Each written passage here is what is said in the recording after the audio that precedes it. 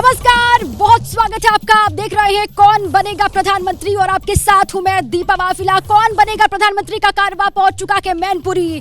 जी हां, वो मैनपुरी जो समाजवादी पार्टी का गढ़ कहा जाता है। लगातार 2014-2019 में जब प्रचंड मोदी लहर चली तब भी ये सीट समाजवादी पार्टी के पास रही। 5 बार खुद समाजवादी पार्टी के संरक्षक मुलायम सिंह यादव यहां से सांसद रहे और इस वक्त मौजूदा स्थिति यह है कि यहां पर उन्हीं की बहू और उत्तर प्रदेश की पूर्व मुख्यमंत्री अखिलेश यादव की पत्नी डिंपल यादव इस वक्त यहां से सांसद हैं। लेकिन इस बार क्या होने जा रहा है, लोकसभा चुनाव को लेकर यहां के लोगों के मन की बात क्या है, इस पर विस्तार से बात करेंगे और साथ ही मैनपुरी के स्थानीय मुद्दे क्या है वो भी इन लोगों से जानने की कोशिश करेंगे। और इसके अलावा राष्ट्रीय स्तर पर क्या कुछ हो रहा है, महाराष्ट्र से लेकर के बिहार तक इंडिया गठबंधन को किस तरीके से झटका लग रहा है, इस पर भी बात होगी। और साथ ही बात होगी कि इंडिया अलायंस के 2 मुख्यमंत्री, जो इंडिया अलायंस का दल है आम आदमी पार्टी, उसके 2 मुख्यमंत्री पहुंचे अयोध्या और यहां पर रामलला के दर्शन किए। और कल आपको याद होगा जब कांग्रेस के विधायक भी यहां पर पहुंचे थे, अयोध्या पहुंचे थे और वहां पर पहुंच करके रामलला के दर्शन किए थे। ऐसे में सवाल यह कि अखिलेश यादव ने भगवान राम से दूरी क्यों बनाई है, इसको लेकर भी चर्चा करेंगे। हमारे साथ मैनपुरी की जनता है, जोरदार तालियां बजाइए अपने लिए। और साथ ही हमारे साथ यहाँ पर मंच पर मेहमान भी मौजूद हैं, उनसे भी आपका तारुफ मैं करवा दूं। राहुल चतुर्वेदी हैं, नेता बीजेपी की तरफ से, सर स्वागत है आपका। हरपाल यादव है, समाजवादी पार्टी के नेता। साथ ही राम नरेश वर्मा है, बीएसपी की तरफ से वो पक्ष रखेंगे। इसके अलावा अनिल पालीवाल है, कांग्रेस पार्टी का पक्ष वो रखेंगे। और साथ ही प्रेमचंद्र कश्यप है, नेता सुभाषपा की तरफ से, वो हमारे साथ है, वो भी पक्ष रखेंगे क्योंकि गठबंधन में है तो दोनों को साथ में हमने खड़ा किया है। यहाँ पर भी गठबंधन इनका आप देख सकते हैं। सबसे पहले अच्छा, गठबंधन उनके साथ है, बीजेपी के साथ है। बीजेपी के साथ गठबंधन और दूरी दोनों के बीच में जो आ गई है, मुस्कुरा करके बता रहे कि हमारे साथ गठबंधन है, कांग्रेस के साथ नहीं है। अच्छा राहुल जी, इस बार ये लग रहा है कि जो किला समाजवादी पार्टी का बहुत मजबूत है उसको आप ढा पाएंगे या फिर फतेह कर आ जाइए, आप सामने आ जाइए। अब गठबंधन यहाँ पर हो चुका है। निश्चित ही हम जीतेंगे। हम 4 में से 2 विधायक हमारे पास हैं, जिला पंचायत अध्यक्ष हमारे पास है, कई नगर पंचायत नगर पालिका हमारे पास हैं, कई ब्लॉक प्रमुख हमारे पास हैं। हम इस बार निश्चित रिकॉर्ड तोड़ेंगे और लोकसभा निश्चित जीतेंगे। इस बार लोकसभा निश्चित ही जीतेंगे। आपको भी लग रहा है कि ऐसा होगा? वरना यहाँ पर तो हम देख रहे हैं 14-19 में लगातार जब प्रचंड आपकी लहर चल रही थी तब भी यहाँ पर समाजवादी पार्टी। देखिए, ये गढ़ समाजवादी पार्टी का नहीं, अभी हमने 6 दिसंबर। अच्छा ठीक है। इसी बीच एक और बड़ी खबर आपको हम देते थे कि इंडिया अलायंस से ही जुड़ी बड़ी खबर है कि जयंत चौधरी जो है वो एनडीए के साथ जा रहे हैं। ये खबर पक्की सामने आ गई है। एक और झटका देखिए उत्तर प्रदेश में, बिहार में तो झटका लगा ही, महाराष्ट्र में भी लगातार झटका लग रहा है, पश्चिम बंगाल में लगातार खटास है। लेकिन इसी बीच में एक और बड़ी खबर, हालांकि जो चर्चाएं लगातार चल रही थी जयंत चौधरी को लेकर, खुलकर उन्होंने बात अपनी कही भी थी कि किस तरीके से वो किस वजह से मना करें, क्योंकि चौधरी चरण सिंह को भारत रत्न देने का ऐलान किया गया। उसके बाद उन्होंने ये कहा कि किस मुंह से इनकार करूं। आप जयंत चौधरी क्या कुछ कह रहे हैं वो सुनिए जरा। मैंने अपने सभी दल के विधायकों से बातचीत की है और बातचीत कार्यकर्ताओं से की है और उसके बाद ये फैसला लिया। ये फैसले के पीछे ऐसा नहीं है कि कोई बड़ी प्लानिंग रही हो या बहुत समय से हम यही सोचे बैठे हों। बहुत कम समय में, अल्प समय में फैसला हमें लेना पड़ा, परिस्थितियों के कारण लेना पड़ा। और हमारे कुछ अच्छे हैं देश के लिए, अपने लोगों के लिए, कि हम कुछ अच्छा करना चाहते हैं। और जब भारत रत्न से नवाजा गया है, हम सबका मन। तो जयंत चौधरी को आपने सुना, वो साफ तौर पे ये कह रहे हैं कि वो उन्होंने मन बना लिया है। एक और झटका इसी के साथ ही देखिए उत्तर प्रदेश में लगता हुआ इंडिया अलायंस को क्या होगा, इंडिया अलायंस टिक पाएगा बीजेपी के सामने? बिल्कुल जी, बिल्कुल इंडिया गठबंधन ही जीतेगा। लास्ट में आप देख लेना, जनता इंडिया गठबंधन के साथ है। जनता बदलाव चाहती है क्योंकि 2014 से जनता ने देख लिया है कि देश में कितना विकास हुआ है, कितना भ्रष्टाचार खत्म हुआ है, कितनी महंगाई कम। बीजेपी आ रही है इस बार? क्या बीजेपी आ रही है इस बार? इंडिया गठबंधन आएगा। इंडिया गठबंधन आएगा इस बार भी। यहाँ के लोगों का कहना यही है कि गठबंधन जो है वो वापसी करती हुई नजर आ रही है। हरपाल जी, इस बार मुश्किल है रहा कि आसान सब कुछ नजर आ रहा है? नहीं, सब कुछ आसान है। ये समाजवादियों का क्षेत्र है जहां आप हम डिबेट में हम लोगों को खड़ा किया है। हमारे सामने कोई समस्या नहीं है जनता की तरफ से। इस बार तो मोदी की गारंटी है। नहीं, इसमें कोई गारंटी नहीं है। मोदी की गारंटी कहाँ है? एक महिला मोदी की गारंटी ले रही, 400 से 1100 का सिलेंडर बेचा। देश की जनता जो सामने खड़ी है वो महंगाई पे, बेरोजगारी पे और युवाओं के इशू पे, भ्रष्टाचार पे, उस पर वकालत करेगी। आज सरकार है इसलिए लोग कुछ नहीं खोल रहे हैं। सारे लोग हमारे साथ हैं, सभी वर्गों के लोग हमारे साथ। लेकिन बीजेपी कह रही है जो 14 में नहीं हुआ, 19 में नहीं हुआ, वो इस बार होगा। बीएसपी कहाँ पर है? राम नरेश वर्मा जी, आपकी क्या है तैयारी? देखिए, बहुजन समाज पार्टी बहुत बड़ी तैयारी से चुनाव लड़ने जा रही है। बहन कुमारी मायावती अकेले दम पर चुनाव लड़ेंगी और आने वाले समय में बहुजन समाज पार्टी के बगैर कोई भी केंद्र में सरकार नहीं बनेगी और बहन कुमारी मायावती आने वाले समय में प्रधानमंत्री की प्रबल दावेदार हैं। लेकिन सब तो ये गठबंधन खेल रहे हैं, आप किसके साथ हैं? वहाँ सेटिंग तो नहीं चल रही है बगल में? नहीं, ऐसा कुछ भी नहीं है। बहुजन समाज पार्टी का गठबंधन सिर्फ जनता से है। जनता से गठबंधन करके बहन कुमारी मायावती जी जो भी 4 बार के कार्यकाल में काम किया है उसी के बलबूते पर बहुजन समाज पार्टी चुनाव जीतेगी। अनिल जी बड़ी उम्मीदों भरी निगाहों से आपको देख रहे हैं, कहीं यहाँ तो नहीं किस्सा गाएंगे? अनिल जी है, इनको ले लेंगे साथ में? बसपा से हमारी बात चली है, लेकिन अब ये कह रहे हैं बात चली है। देखिए, बहुजन समाज पार्टी 4 बार सत्ता में रही है उत्तर प्रदेश में। बहुजन समाज पार्टी का पूरे देश में बहुजन समाज पार्टी तीसरे नंबर की राष्ट्रीय पार्टी है। बहुजन समाज पार्टी अपने बलबूते पर चुनाव लड़ेगी। आगे क्या होता है बहन कुमारी। लेकिन उत्तर प्रदेश में हमारा समाजवादी पार्टी से अलायंस होने जा रहा है। निश्चित तौर पर 100% अलायंस। सीटों का तो पेज फंसा हुआ है आप लोग का। जी, सीटों का पेज तो फंसा हुआ है, सुलझ गया क्या? हाँ, सुलझ गया। कितनी सीटें दे रहे हैं समाजवादी पार्टी? समाजवादी पार्टी कितनी सीटें आपको दे रही है? समाजवादी पार्टी जो है, जितने पे भी हमारे ऊपर बैठे हुए जो आका हैं वो जो तय करेंगे वो हमको जो है मान्य होगा और हमारा संगठन के आधार पर कांग्रेस पार्टी उनकी पूरे अलायंस की मदद करेगी। ठीक है, आपकी बातों से ये लग रहा है कि सीटों का पेज फंसा के और जो तय होगा समाजवादी पार्टी जो देगी वो आप ले लेंगे, ये आप कह रहे हैं। क्या सवाल है आपका? उठिए, खड़े होइए। मैम, सबसे पहले मैं एक छात्र हूँ और युवा हूँ और छात्र और युवा की यही सरकार से उम्मीद होती है कि वो रोजगार दे। किससे सवाल है आप? बीजेपी से हमारा सवाल है। 69,000 शिक्षक भर्ती में जो आरक्षण घोटाला हुआ है और बीजेपी ने खुद माना है कि 6800 सीटें घोटाला हुआ है और बीजेपी ने अब तक नियुक्ति नहीं दी है। मैं कैसे हो जाए तेरी इबादत में फना, मैं कैसे हो जाए तेरी इबादत में फना, तुझसे मांगी थी नौकरी और तूने थमा दिया नमक रिफाइंड और चना। वाह वाह, शेरो शायरी के जरिए निशाना सरकार पर। जी, हम लोगों ने अभी एक नारा सुना था, चुनाव के टाइम पे सुनते रहते हैं। किससे सवाल? जो राम जी को लाए हम उनको लाएंगे। तो जो भगवान को लाने का दावा कर रहे हैं उनसे ही मैं 4 पंक्तियों में सवाल करना चाहता हूँ कि राम जी का गुणगान खाली पेट करें कैसे? राम जी का गुणगान खाली पेट करें कैसे? जल्दी पूरी कीजिए सवाल। राम जी का गुणगान खाली पेट करे कैसे? भूल गए, चलिए ठीक है, भूल गए, ये सवाल अपना भूल गए। राम जी का निर्माण करने से रोजगार कैसे मिलेगा? राहुल जी कह रहे हैं कि लोगों का पेट कैसे भरेगा? 2 सवाल थे, एक रोजगार को लेकर, एक महंगाई को लेकर। हमारी सरकार ने जो भी गड़बड़ घोटाले हुए उनकी जांच कराई, रोजगार देने का काम किया। मुद्रा योजना, प्रधानमंत्री विश्वकर्मा योजना, अन्य योजनाओं के द्वारा और गरीबों को लगातार मुफ्त राशन कोरोना के समय से हमारी सरकार दे रही है। जो दूसरों का अन्याय करते रहे, दूसरों से लूटते रहे, उनको दिख रहा है वो भूखे हो गए। मैनपुरी की जनता को ये दिखता क्यों नहीं है राहुल जी? फिर वो हर बार समाजवादी पार्टी को ले आते हैं, आपको नकार देते हैं सिरे से। हमारे पास 2 विधायक हैं। पिछली बार हम केवल 92,000 से हारे थे। इस बार जिला पंचायत अध्यक्ष है, कई ब्लॉक प्रमुख हैं, कई चेयरमैन हैं। इस बार हम ही जीतेंगे।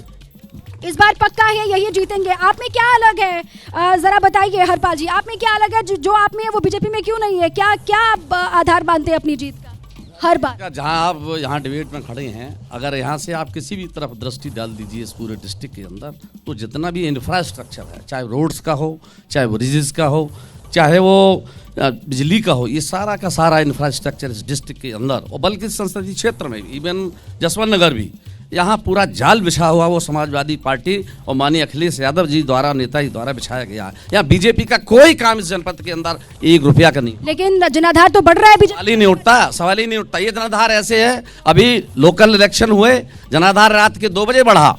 हमारा 10,000 से जीत रहा था और 1 घंटे के अंदर लाठी चार्ज के बाद 10,000 से फिर हार गया, पता ही नहीं चला क्या हुआ अंदर। ऐसे जनाधार कहीं कम नहीं है, जनता हमारे साथ है। सच्चाई है कि जनता मैनपुरी की मुलायम सिंह साहब अखिलेश यादव के साथ है और पूरी शिद्दत से वोट किस आधार पर यहाँ पर होता है? विकास के आधार पर होता है कि जात पात के आधार पर होता है? किस आधार पर होता है? देखिए, आज मैं कच्छप समाज से हूँ।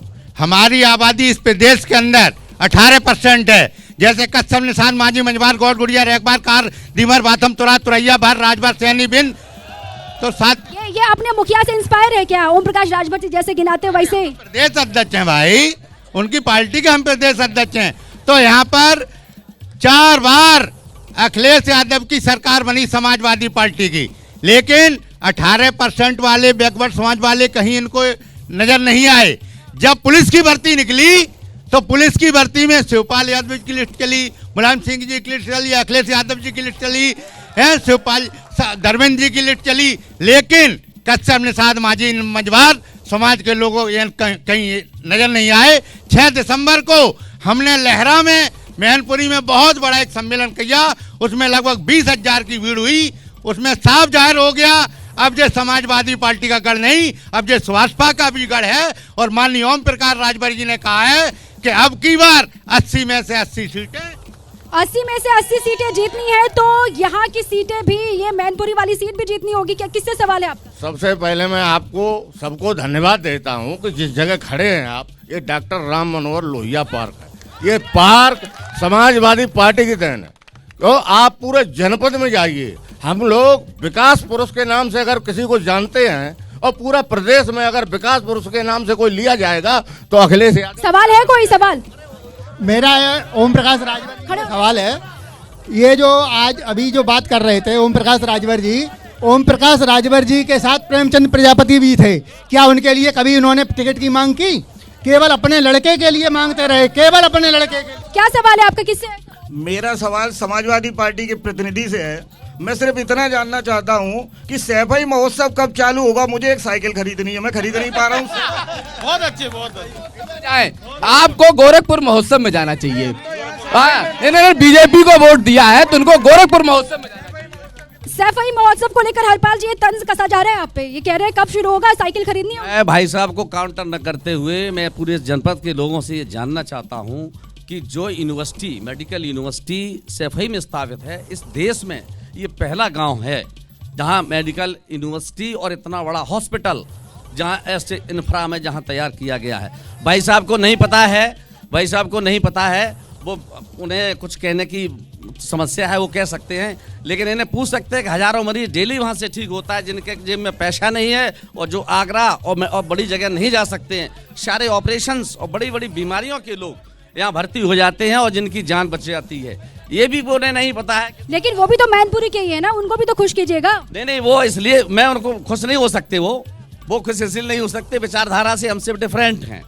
वो हमें आज राम का परिचय दे रहे हैं।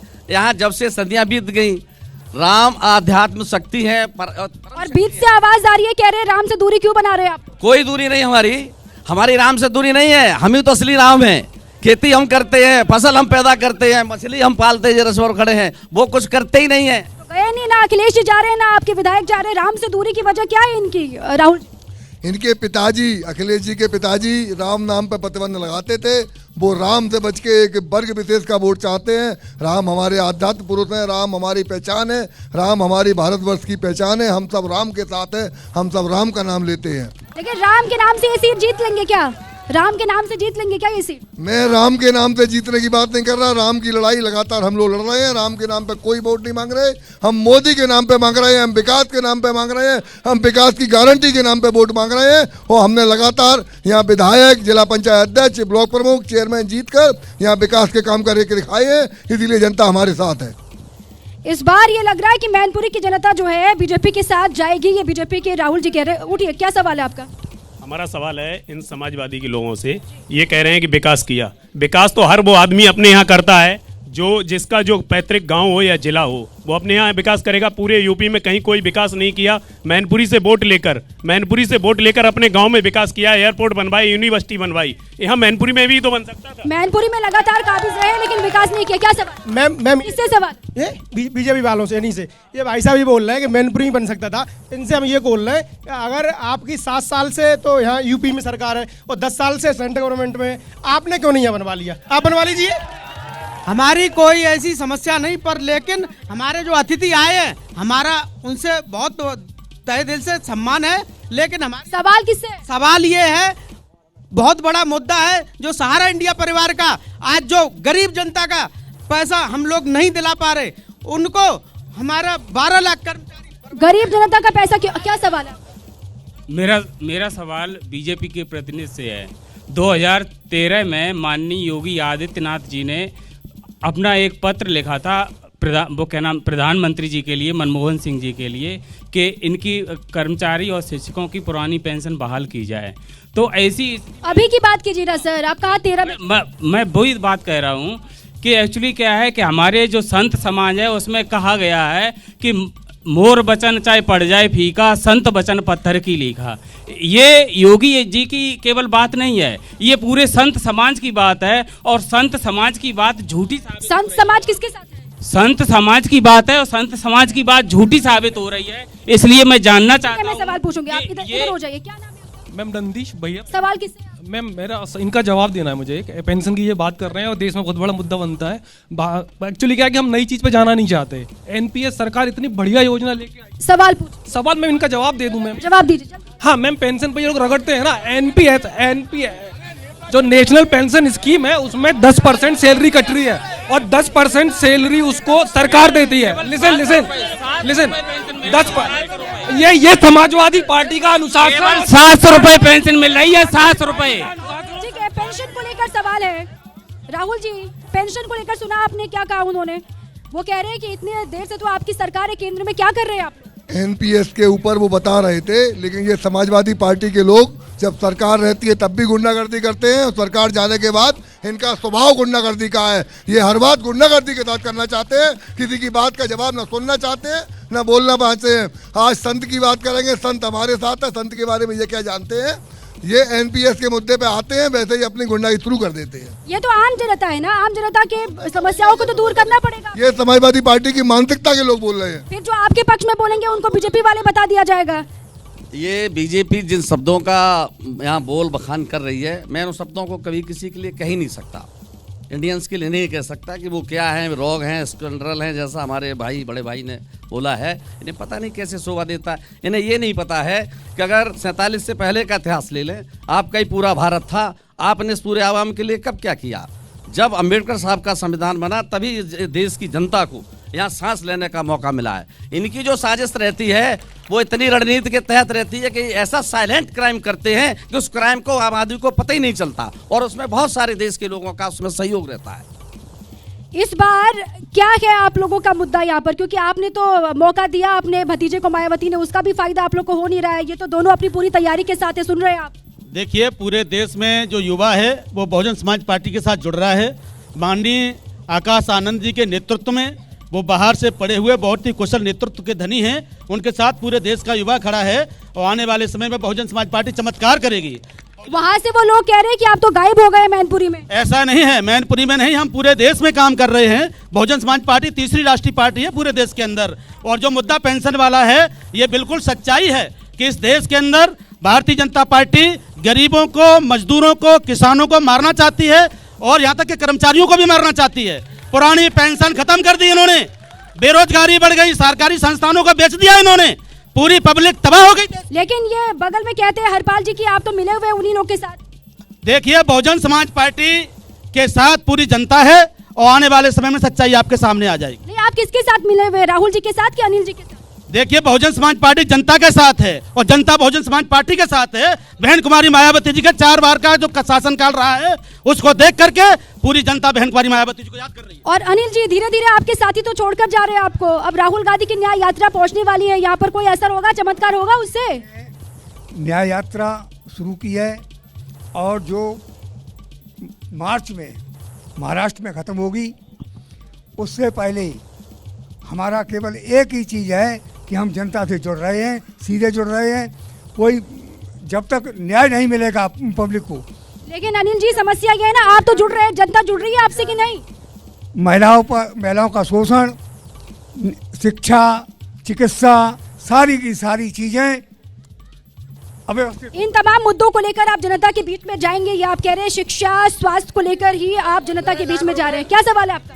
मैम, सबसे पहले ये जो बीजेपी के नेताजी हैं, इनसे मेरा एक क्वेश्चन है कि इन्होंने अभी कुछ देर पहले ये कहा था कि उनके पिताजी, ऐसा माननीय श्रद्धेय नेताजी के बारे में कहा था राम मंदिर के ऊपर।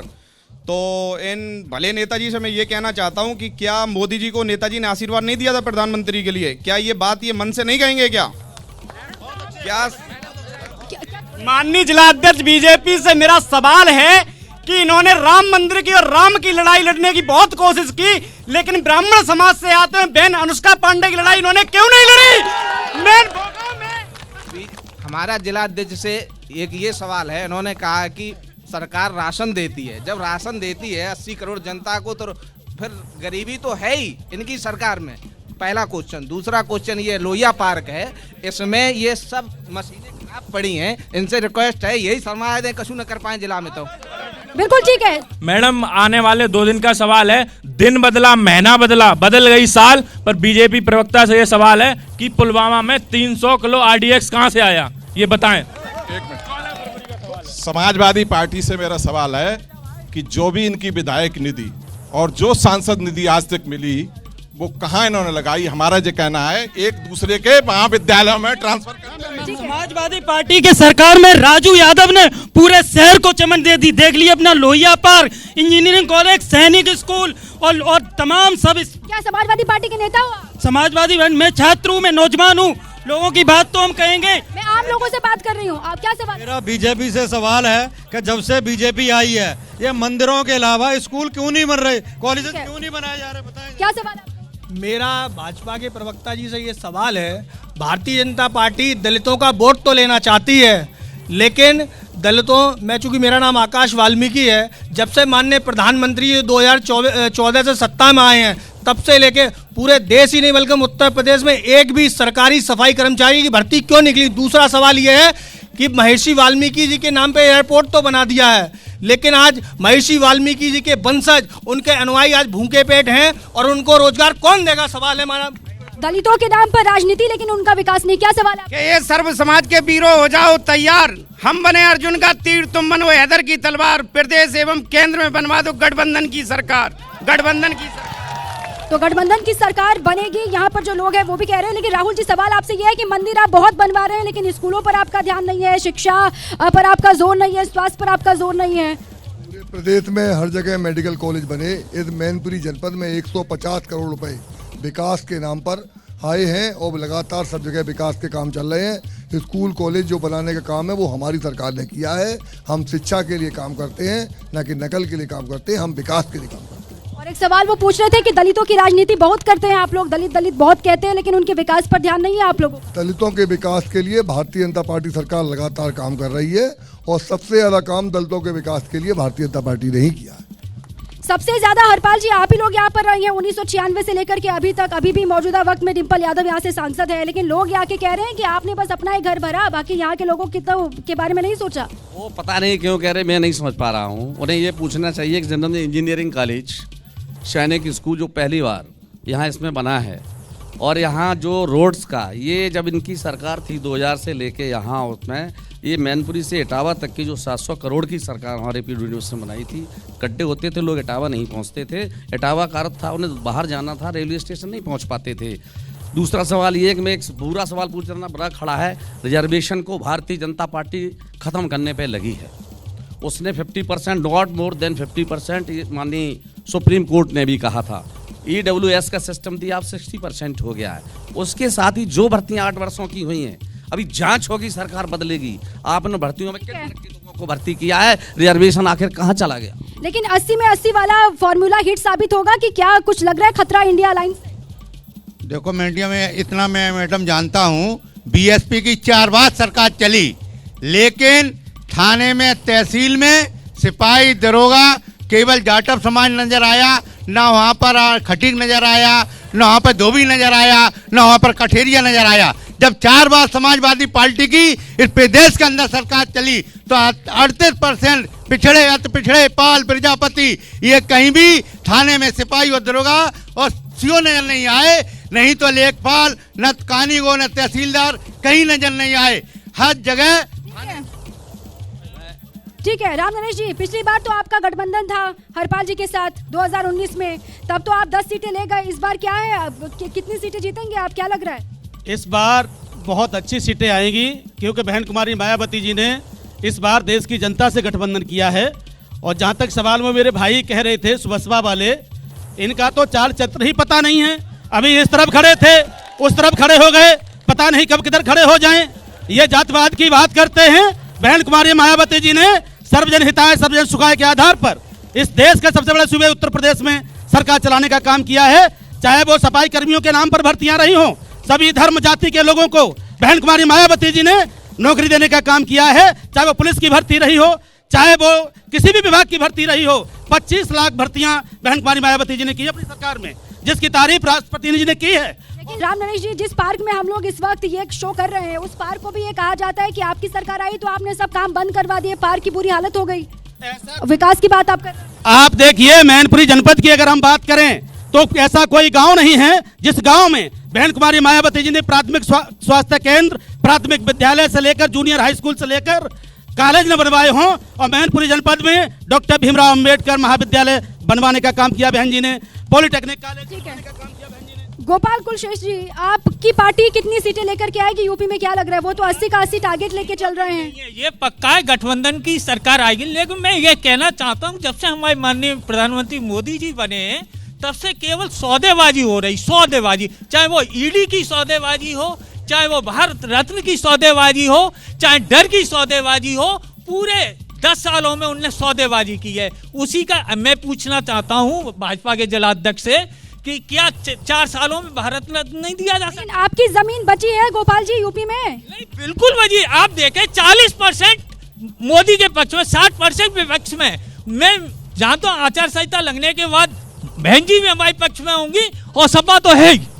आप देखिए जो सपा है, सपा है और बहन जी भी आप सारे जो डर की वजह से इनके साथ जा रहे हैं। हम नहीं, वो मना कर रहे हैं। देखो आप बोलिए, वो तो आचार संहिता लगने दो, अभी तो बेचारे कहेंगे ईडी लगा दी जाएगी। आप देखिए माननीय बहन जी किसी से नहीं डरती हैं। बहन जी भारत की शेरनी हैं। नहीं, आप क्यों रूठे हुए इनसे? राम नरेश जी, आप क्यों रूठे इनसे? वो तो बार बार कह रहे हैं आप हमारे साथ हैं, हमारे साथ हैं। बहन जी से डरते हैं लोग अच्छे अच्छे, लेके बहन जी कभी किसी से नहीं डरती हैं। बहन जी अपने मैं लोकल, मैं देश की छोड़ो, मैं भाजपा के जिलाध्यक्ष से पूछना चाहता हूँ। 5 साल की पूरी सरकार हो गई, मैनपुरी में कैंसर सबसे ज्यादा एशिया में होता है, मुख्य कैंसर, आज तक यूनिट नहीं शुरू हो पाई। मैं दूसरा प्रश्न चाहता हूँ, यहाँ का रोजगार के लिए कौन सी मैनपुरी में फैक्ट्री लगाई गई? चलिए ये सवाल मैं पूछती हूँ, कैंसर का यूनिट तो स्थापित कर दिया गया, ये शुरू कब होगा हरपाल जी? ये तो सवाल बहुत जरूरी है। इसलिए नहीं शुरू हो रहा है, जब तक समाजवादी पार्टी की सरकार रही कोई काम अधूरा नहीं रहा और जितनी डिमांड्स थी सारी पूरी करी गई, चाहे भले ही वो विरोधी मानसिकता के लोगों की भले ही रही हों। ये भाई मेरे जो भी अभी कुछ कह रहे थे, कोई महोत्सव की बात कर रहा था, मैं उसने पूछना चाहता हूँ, अगर तुम्हारे गांव की सड़क नहीं बनी होगी, कब शुरू होगा ये? इस पे आइए ना, कैंसर यूनिट कब शुरू होगा? नहीं, मेरी गारंटी नहीं। हम तो समाजवादी पार्टी है, हम कहाँ से शुरू कर लेंगे भाई? ये तो इनका है जो ये बैठे हुए हैं। ये बीजेपी बताए कि जरा सा काम नहीं स्टार्ट कर पा रही है, विश्व में सबसे ज्यादा। आप उनको बार बार बोलिए ना कि शुरू कीजिए, क्यों नहीं शुरू हो रहा? राहुल जी, यहाँ पर सब लोग बोल रहे हैं कि आप शुरू नहीं कर रहे हैं। कैंसर यूनिट यहाँ बनी, यहाँ से सामान ले गए, इन समाजवादी पार्टी के लोगों ने उसे चालू नहीं होने दिया। हमने विकास के लिए काम किया, हमने यहाँ ऑक्सीजन प्लांट लगाए, 2 जगह ऑक्सीजन प्लांट लगे, और उस सैफई में भी 100 सैया का हॉस्पिटल अभी इसी सरकार में बना है, जल्दी उसका उद्घाटन होने वाला है। ठीक है, कोई सवाल है आपके पास? बोलिए बोलिए, खड़े हो जाइए, क्या सवाल है? भारतीय जनता पार्टी ने तो विकास पूरे भारत में किया है, पूरे भारत की तस्वीर बदल रही है। समाजवादी पार्टी क्या ये बता पाएगी मैनपुरी, फिरोजाबाद, कन्नौज, बदायूं में कभी प्रत्याशी बदल पाएंगे? ये केवल इनका परिवारवाद ही चलता रहेगा। परिवारवाद को लेकर सवाल है, खड़े हो जाइए। मैं समाजवादी पार्टी के अपने दोस्त से, हरपाल जी से पूछना चाह रहा हूँ, आप विकास की बात करते हो, समाजवादी पार्टी अपने अभी इन्होंने 16 की लिस्ट जो जारी की है उसमें परिवारवाद पूरी तरह झलक रहा है। इधर डिम्पल, उधर धर्मेंद्र, उधर अक्षय और चचा को भूल गए। अब आप विकास की बात कर रहे हैं, जब आप विकास की बात कर रहे हैं, आपने गुंडागर्दी का विकास कराया था, आपने ठेकेदारी का विकास कराया था और आपने परिवारवाद का विकास कराया था। तो जनता के अपने अपने मुद्दे हैं और राजनीतिक दलों के अपने अपने वादे हैं, लेकिन क्या किस पर मुहर लगेगी, किसका पलड़ा भारी होगा, उस पर लगातार नजर होगी।